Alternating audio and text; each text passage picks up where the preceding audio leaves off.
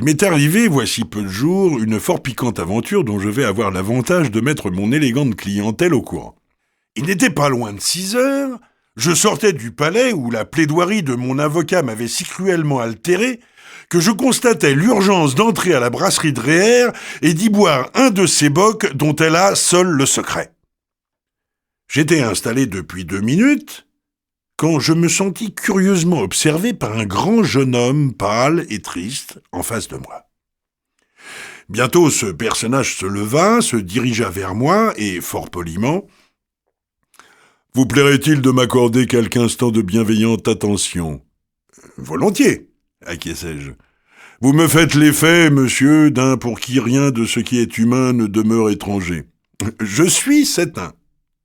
Je l'avais deviné. Alors vous allez compatir. Voilà la chose dépouillée de tout vain artifice. Je suis éperdument amoureux d'une jeune fille qui passe tous les soirs vers 6h30 place du Châtelet. Une incoercible timidité m'en prohibe l'abord et cependant je me suis juré de lui causer ce soir, comme dit M. Francisque Sarcey dans son ignorance de la langue française. Si vous dites un mot de travers sur M. Sarcey, je me retire. Restez.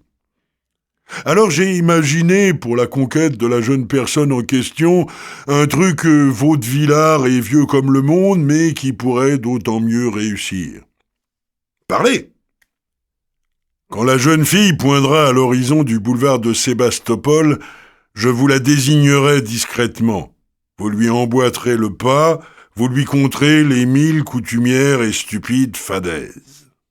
À un moment, vous serez insolent, la jeune vierge se rebiffera, c'est alors que j'interviendrai. Monsieur, m'indignerai-je, je vous prie de laisser mademoiselle tranquille, etc., etc., etc. Le reste ira tout seul. Bien imaginé. Vous vous retirerez plein d'une confusion apparente. Demain, je vous raconterai le reste, si vous voulez bien me permettre de vous offrir à déjeuner, ici même, sur le coup de midi. Entendu? Chut, la voilà. Elle était en effet très bien, la jeune personne, véritablement très bien. Une sorte de Cléo de Mérode, avec à la fois plus de candeur et de distinction. Fidèle au programme, je l'accompagnai. « Mademoiselle, écoutez-moi donc » et tout ce qui s'ensuit. Elle ne répondit rien. Je devins pressant. Égal mutisme. Impatienté, je frisais la goujaterie. Je n'y gagnais qu'à la faire croître en beauté, en candeur, en distinction. C'est alors que le jeune homme, pâle et triste, crut devoir intervenir.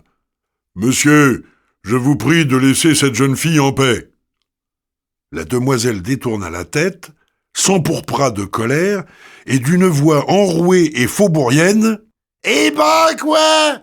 cria-t-elle. « Il est malade, celui-là. Qui lui prend ?» S'adressant à moi. « Monsieur, foutez-lui donc sur la gueule pour y apprendre à se mêler de ce qu'il regarde. Non mais en voilà un veau !» J'hésitais à frapper. « Foutez-lui donc sur la gueule, que je vous dis, à ce dain-là. Non mais vous n'êtes donc pas un homme !» Ma foi, un peu piqué dans mon amour-propre, j'obéis. Je décochai au jeune homme pâle et triste un formidable coup de poing, qu'il para fort habilement d'ailleurs avec son œil gauche. 1 heure après cet incident, la délicieuse enfant, véritable vierge de Vermicelli, m'amenait en sa chambrette du boulevard Arago et me prodiguait ses plus intimes caresses. Le lendemain, à midi, exact au rendez-vous du jeune homme pâle et triste, je me trouvais chez Dreher. Lui n'y vint pas. Mesquine rancune? Simple oubli?